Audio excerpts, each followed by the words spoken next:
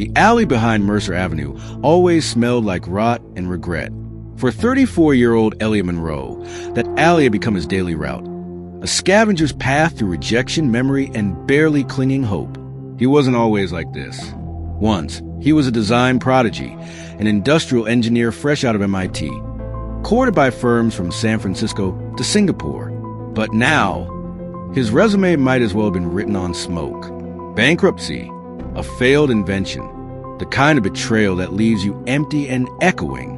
It all collapsed after his business partner stole their patent and vanished to Silicon Valley.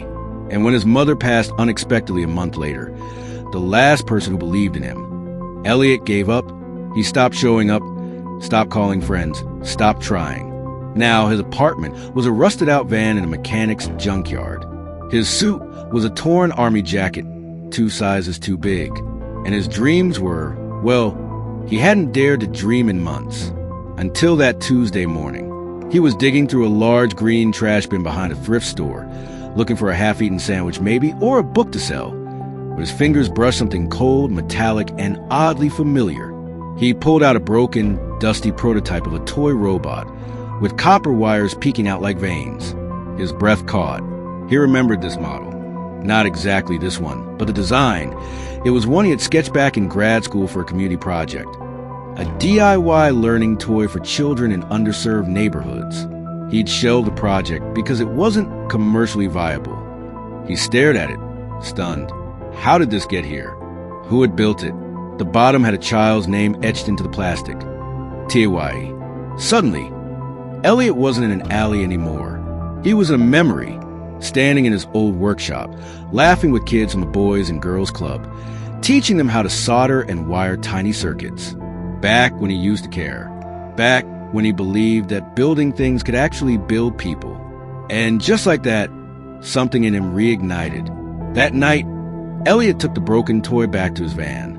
With salvaged parts and a small toolkit he hadn't touched in months, he worked by flashlight for hours. When the tiny robot's LED eyes finally blinked on, Elliot cried. Not because of the toy, but because it reminded him he could still bring something to life. The next day, he did something radical. He cleaned up, borrowed a clean shirt from the junkyard owner, and walked into the same thrift store where he'd found the toy. "Do you know who threw this out?" he asked the clerk, holding up the robot.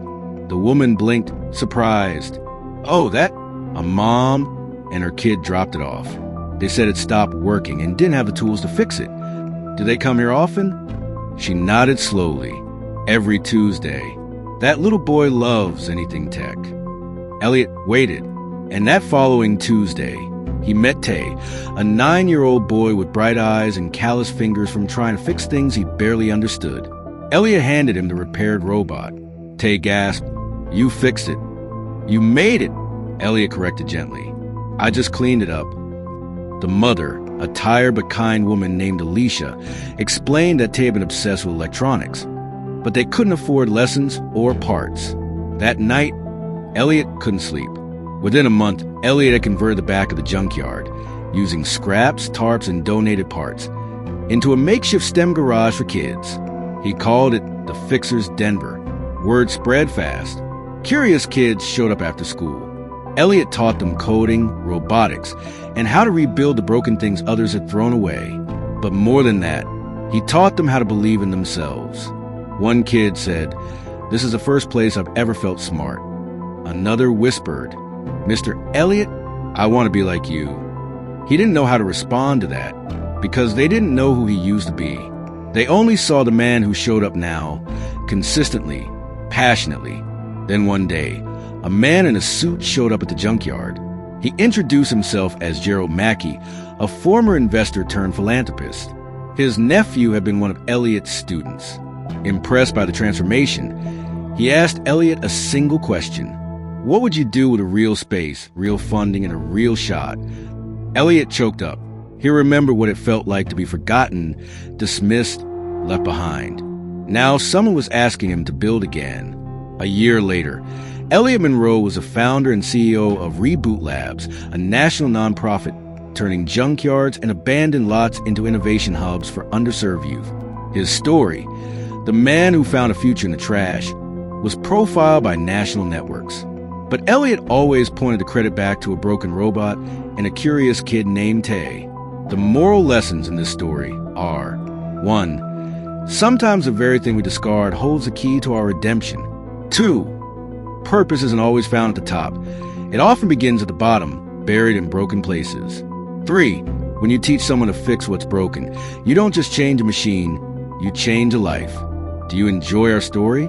Kindly give us a like and comment below what you have learned from this story. Also, subscribe to our channel to encourage us to bring you more motivating stories.